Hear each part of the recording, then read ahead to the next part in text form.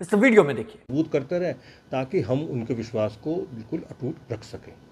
दूसरी बात यह है कि जैसे कल की जो परीक्षा हुई है, उस परीक्षा में एक मामला जो है आया है कि भाई कंकड़बाग में 6 लड़के पकड़ के गए थे पटना के एक सेंटर से, और उनके साथ उनकी जो वो लोग जो हैं चीटिंग करने के लिए पुर्जे वगैरह रखे हुए थे, तो उनके पुर्जे भी सब मिले और उनके साथ उनके OMR और जो क्वेश्चन बुकलेट थी वो थाने में केस दर्ज कराने के लिए दे दिया गया।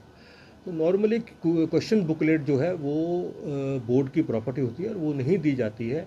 जब अनुसंधान में कोई मांग आती है या और कोई न्यायालय की तरफ से कोई मांग आती है तभी उसको दिया जाता है।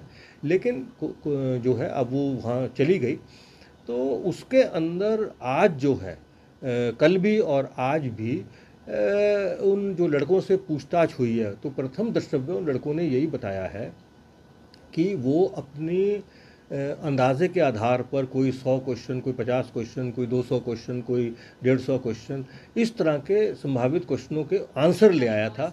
और उसके बाद जो है वो आंसर केवल बना के, क्वेश्चन नहीं था उसके अंदर। हमने सारे वो जो चीज़ें जब्त हुई हैं उसमें देखा है, क्वेश्चन की कहीं कोई बात नहीं है। जो भी बात हो रही है वो केवल आंसर की हो रही है।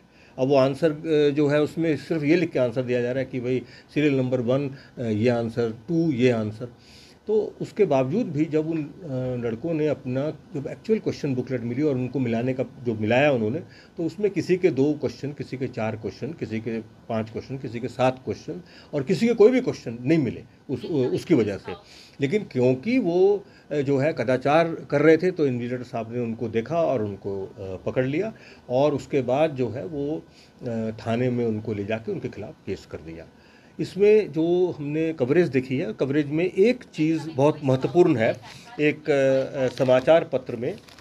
तो मुझे इसमें सिर्फ ये कहना है कि देखिए, अगर कोई पर्चा लीक होता है या कोई जो है इस तरह का वाक़या होता है, तो एक तो वो बहुत तेज़ी से पूरे राज्य में फैलता है।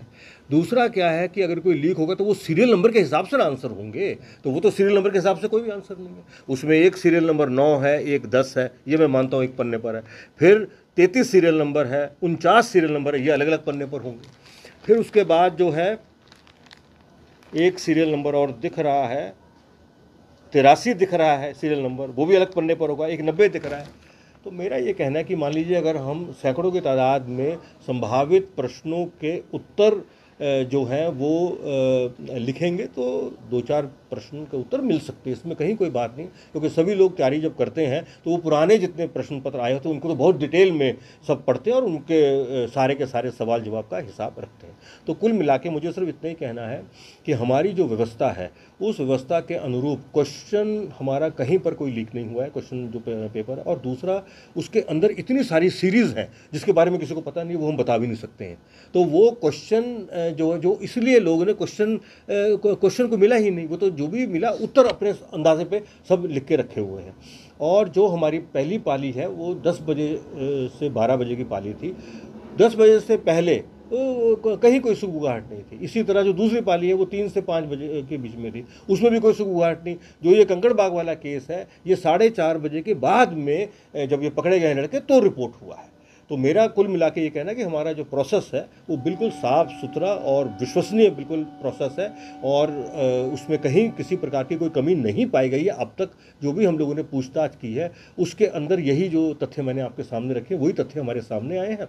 और जब आगे कोई और बात आएगी वो भी हम आपसे शेयर करेंगे। और जो परिषद है वो बिल्कुल कदाचार रहित साफ़ सुथरी परीक्षा कराने के लिए कटिबद्ध है। हम अपने सिस्टम्स को और मजबूत करके और अच्छे से अच्छा काम करने का भरपूर प्रयास करेंगे।